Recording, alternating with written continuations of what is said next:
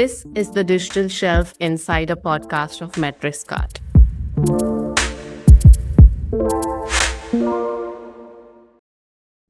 Hi, all. Welcome back to the Digital Shelf Insider podcast of Metrics Card. I'm your host, Shrestha, and today we have Yashita Shah joining us. She is the founding partner and an e-commerce specialist for Online Dukaan, an agency based out of India. So let's hear it out from her. Hi, welcome to the podcast, Yashita. How are you doing? Hi, Shrestha. I'm doing lovely. And I think firstly, thank you so much, to you as well as Metrics Card to invite me to this podcast. Overall, very excited. You're welcome. So let's get started. Today, we're going to discuss the rise of quick commerce in India. And I'm sure this episode will be recorded a little bit earlier and we will post a bit few weeks later.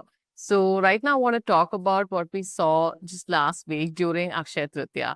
Instamart partnered with gold jewelers to sell gold coins. And there was a viral video of Instamart delivery executive seen along with a security on a bike to deliver gold coins. It was so interesting, and we'll attach a quick clip somewhere in this video if you haven't seen it.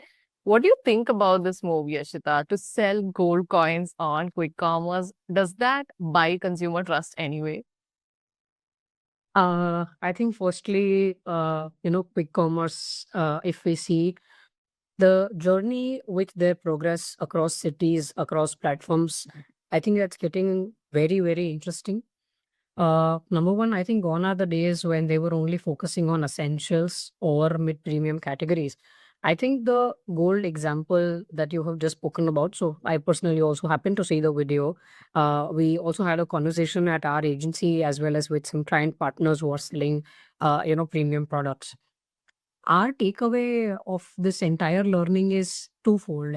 Like one is the platform is trying to establish as a trust relationship, number one, right? Because such an expensive item with I assume of course all of us know, the gold prices are on the spike. So firstly, just not as a delivery partner, but I think taking two steps back and ensuring like a trusted logistic, a trusted delivery partner, not just for your essentials or non-essentials category, but in this space they're trying to establish this relationship with all the consumers. Mm. Second, I think for me, what was interesting to understand is the order is delivered because the consumer has placed the order. If we look at the consumer angle today, I think consumers are trying to generate the demand on these platforms, right? Mhm. We would have never visualized people buying gold or diamonds or anything like this, Yeah. even on websites or on any other relevant apps until the last few years. But I think this tells us that consumers are also trying to generate this demand on the platform, which the quick commerce platforms are trying to fulfill or address. So it's two consumers are asking and the platform is trying to Deliver. deliver the promise. Makes so much sense. In 2024, quick commerce accounted for over two-thirds of all e-grocery orders, and that's like 10% of the e-retail spending. What are like the consumer behaviors and market conditions that are fueling this growth? So I think rise of quick commerce, I think across not just metros but tier ones and tier twos, what we are seeing with them starting to like consumers, I mean to say, consumers are starting to spend more time, more effort to get these products easily from quick commerce, right? Um, Now, I think to look at this again, we'll take two steps back. Um, who are the consumers today who are buying on these platforms? Not just in like 4 years back, but now, right? We are seeing, of course, the young participating audience who's working from home. If you see today, I think a lot of organizations have gone completely offline again. But still in metros and tier ones, we keep hearing, from Metas, Amazons, LinkedIn's of the world, we still hear from them that we still have a hybrid work from home culture. We have like 2 days for we go into office and the remaining three work from home. I think the audience base is still demanding convenience at the doorstep. So hybrid work culture is one of the most important factors contributing to growth of these e-commerce quick commerce platforms. Yeah. With not just essentials but non-essential categories, right? Mm. That's I think number one. Number two, I think if you understand the factor of unplanned impulse purchase, Mm. uh, we're cooking something, at our respective places. And if you see, oh, I'm cooking pasta, technically I have all the ingredients, but not pasta. Mm. And the expectation is to, oh, I need this, within a Immediately. span of 15 minutes, right? Mm. I Yeah. need this immediately. So unplanned impulse purchase, I would say, is another factor that these essential plus non-essential categories are picking up a rise on these quick com platforms. Blinkit, Zepto, Instamart, any of them. Yeah. Right. I think these two. Apart from this, we'll share a personal client example at our end, right? Yeah. Which we could relate totally. Yeah.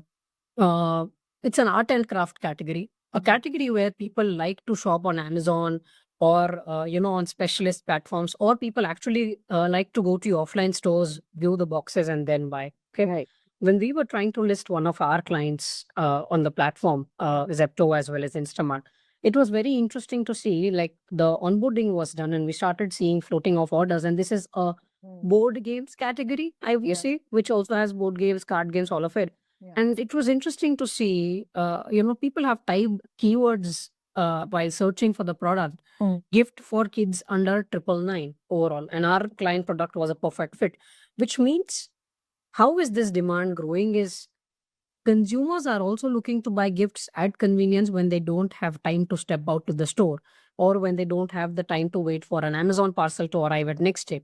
Maybe the urgency, maybe that they really wanted to gift it to someone. So Yeah. I think categories like this, the shifting consumer behavior is on the rise, at least from last year, I would say. Makes sense. I think even with summer vacations around the corner, a lot of parents might be picking up things for their kids from quick commerce platforms. Yeah, absolutely. School uniforms, school bags to I think whatnot, stationery items. Yeah.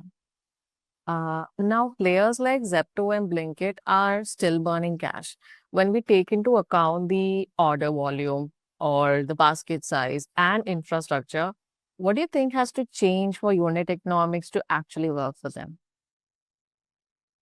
So, all of these platforms have realized, at least in the last 4 to 3 years, with, the VC power. Firstly, of course, VCs across India as well as globe have spoken about the conversation of profitability, right? Yeah. That until when are we going to look at burning cash? And Yeah. I think the first course correction that we are hearing and we are experiencing with these platforms is a SKU course correction. Mm. There was a time when these quick commerce platforms were ready to buy any and every SKU from a brand, to stock at their dark stores.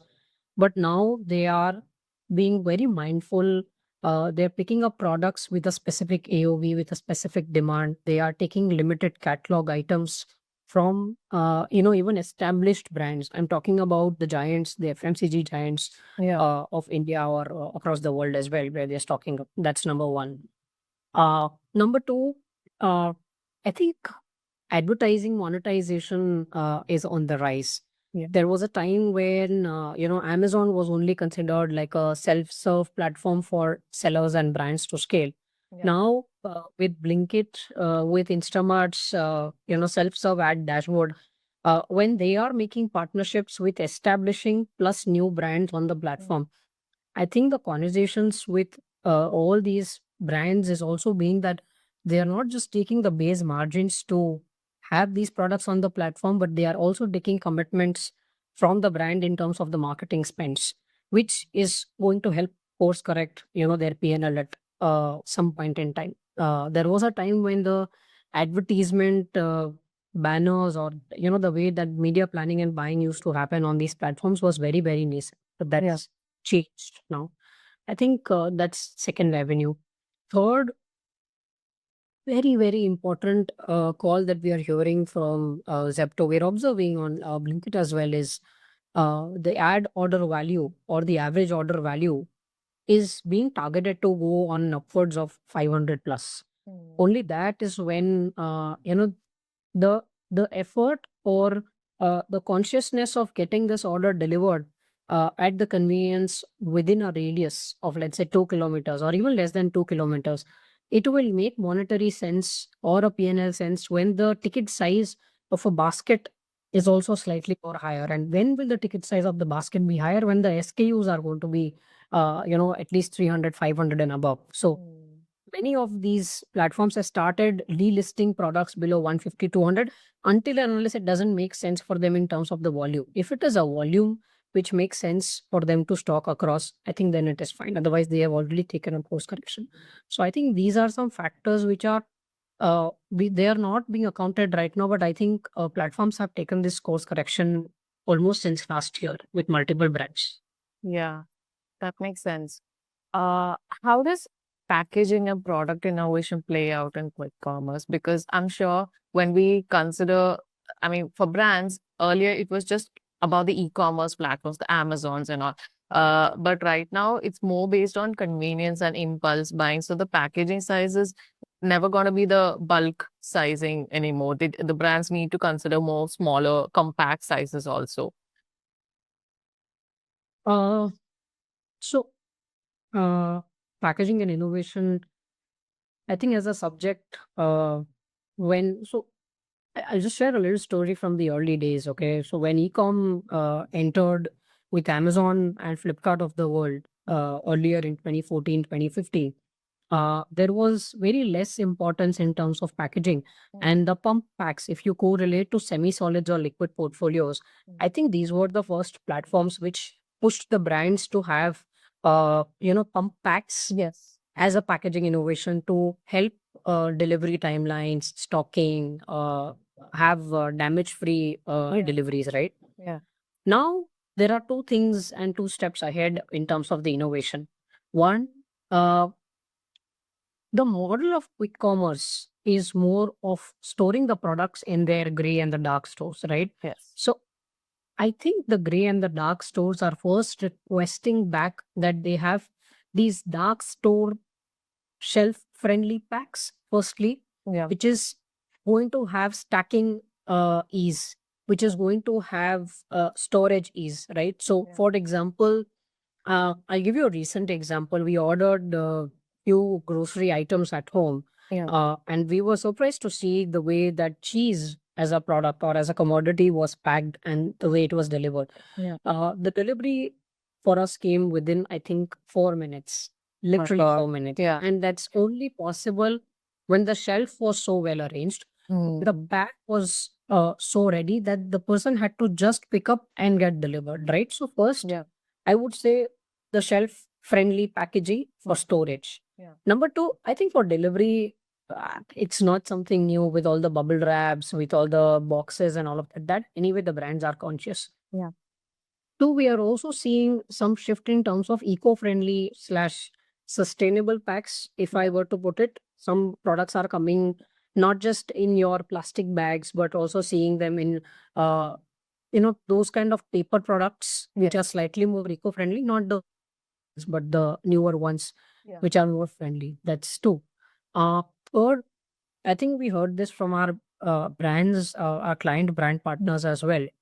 Um these platforms are asking scanning friendly packaging options. So what happens is these dark stores face a lot of issues while scanning the products when they're inwarding the inventory, right? So they are asking that the products need to be scanning friendly, number one, shelf friendly, number two, and delivery friendly, number three. Overall, not just about the damages or the leak proofs or anything, but they should be easier for the delivery boys to carry it. So the kind of the box, the kind of the plastic, the kind of the wrapping, uh, it's gaining importance these days. And I think that is why you're seeing it wasn't so early back then, but we are seeing specific participation by partners offering e-commerce friendly packaging in largest B2B expos today, right? Where it is still more offline behavior, but they're trying to market themselves that yes, as per the platform, as per the need of the brands, we are coming with more e-commerce slash quick commerce friendly packaging options now to, explore with brands. Yeah. That's how packaging innovation is taking a change. I really like the points you mentioned, how it should be dark store shelf friendly, delivery friendly, and scanning friendly. I think I've not heard that perspective anywhere else. It's really valid.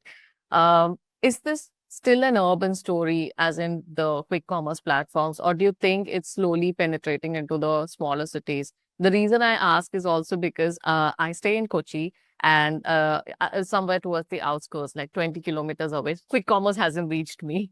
So I'm eagerly waiting for it to reach me. So yeah. Oh, Shrisha, so first thing before answering the question, let me tell you, it's gonna come to your area. So wait, Yeah. yes, to be honest, in like a few minutes. Okay. So I want to share a very similar story as yours. I can relate to this. Yeah. So before moving to Nagpur here, so now I live in Nagpur, but earlier before getting married, so I belong from a town called Vapi, which is in Gujarat. Mhm. It's a very popular industrial town. Yeah.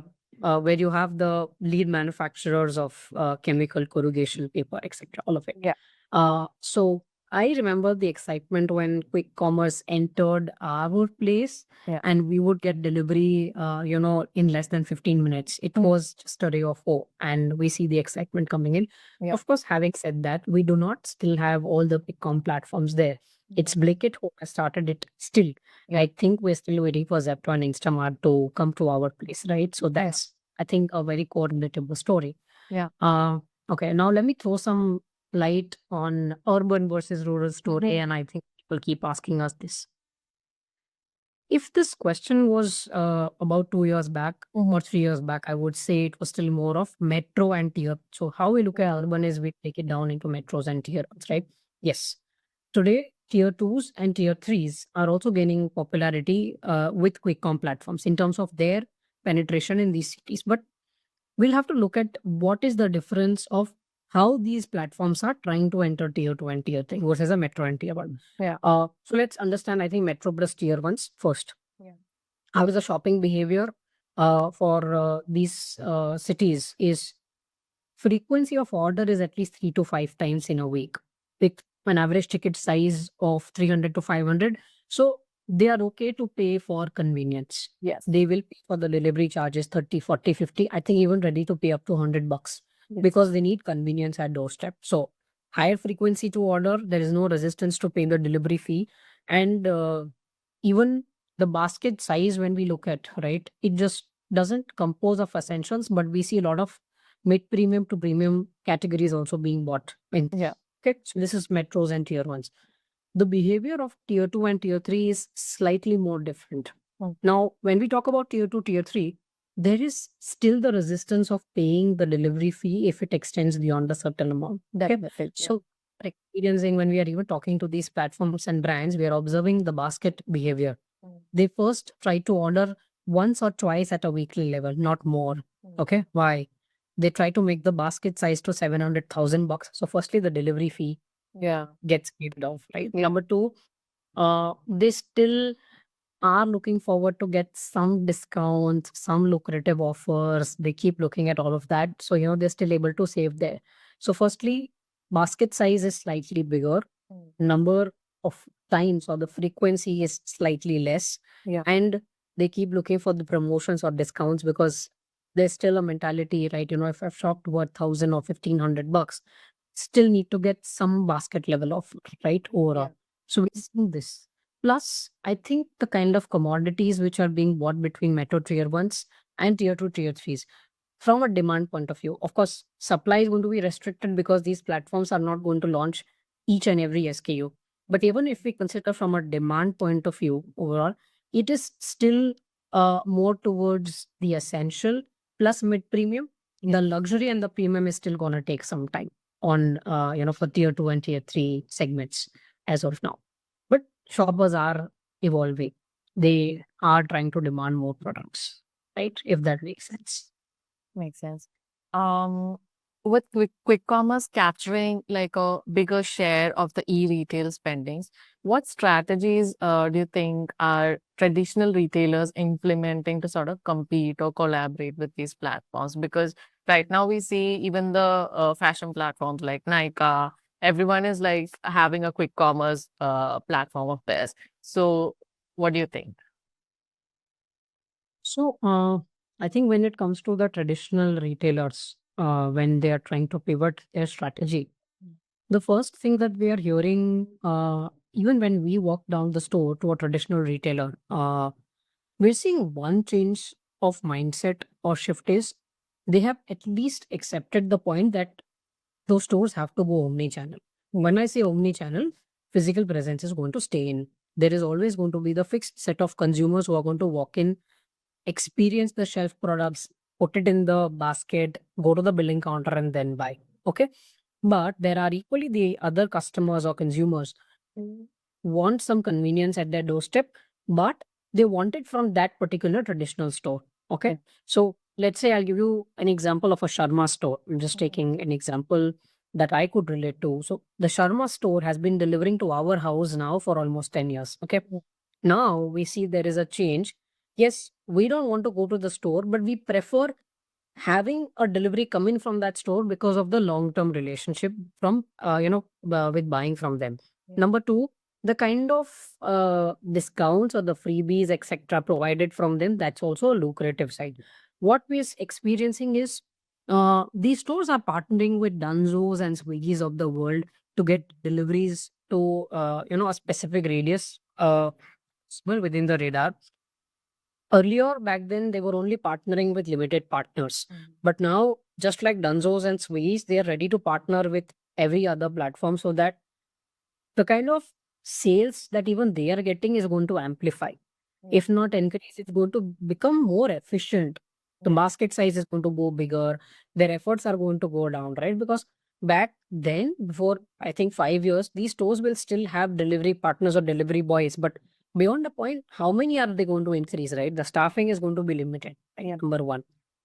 I think number two, with quick commerce platforms coming in and delivering these ticket size products within 10 to 15 minutes, traditional partners have also started looking at the angle of how modern trade is looking at it, right? Yeah. So your Spencers, your DMarts, your Reliances of the world, for example, Reliance having its JioMart, right? Yeah. There is still, again, the omni-channel experience between the two.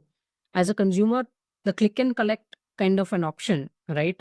That I would like to put some products in the basket, but go to the store and pick up is something that is it's taking shape in a few stores. It's still some time, but the early days have already started, right? Overall. Nice. So if you've seen, I'm going to take an example of a premium store. So Geo's Fresh Big initiative, right? So they've come up with a few stores, one of them being in Mumbai, in one of their premium shopping malls, Geo BKC, right? We see the whole experience of shopping has evolved to an extent where you can click and buy, where you can put the products in the cart, you can do an automated checkout, all of this. Some products also are available on their app, so it's becoming a combination. But this is more of a premium story. Yeah. The traditional retailers are still, trying to collaborate with these layers of quick commerce and trying to see how they can amplify more and more from there. That is such a valid point. We've come to the end of the episode, Yashita. It was such a pleasure having you. And I want to give a quick shout out to Lindsay Sweels. She joined our podcast in one of our earlier episodes and she connected me to you. And we discussed such an interesting topic about quick commerce. It's booming in India and it's a great time ahead that's going to come. So thank you so much for joining us and thank you for taking out the time. No, I think very thankful to you and Lindsay both for having me here for the podcast. E-commerce is something that drives me. It is my passion. Love working with brands. Love seeing how this is taking shape, building up new trends for India as a country overall. And yeah, looking forward to share more of such things with all of you. Yeah. Thank you so much, Rashta. Thank you. We've come to the end of the episode. If you loved what you just listened to, don't forget to like, share, and subscribe. We'll be back next Monday with a really awesome guest. Stay tuned until then.